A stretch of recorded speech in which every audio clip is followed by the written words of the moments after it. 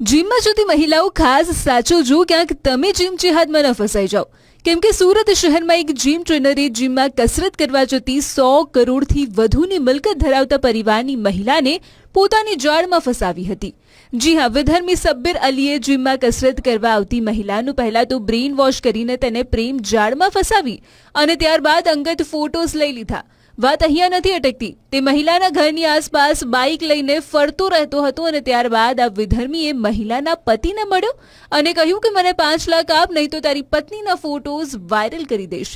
બાદમાં તેને પૈસા ન આપતા વિધર્મી બાઇક લઈને પહોંચ્યો અને ત્યારબાદ કાચનો ટુકડો મહિલાના ગળા પર મૂકી દીધો.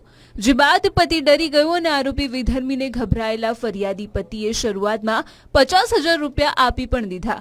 પરંતુ ત્યારબાદ આરોપીની હિંમત વધતી જતી હતી અને આખરે પતિએ હિંમત કરીને પાલ પોલીસ પાસે પહોંચી ફરિયાદ નોંધાવી અને ત્યારબાદ મામલો સુરત એસઓજી પાસે પહોંચ્યો. એસઓજી પોલીસે તાત્કાલિક એક્શનમાં આવીને વિધર્મી આરોપી સબ્બીરની ધરપકડ કરી લીધી અને ઉલ્લેખનીય છે કે થોડા સમય પહેલા જ એસઓજીએ તમામ જીમ ટ્રેનરોને બોલાવીને આવા કિસ્સાઓ ન બને તે માટે કડક ચેતવણી પણ આપી હતી.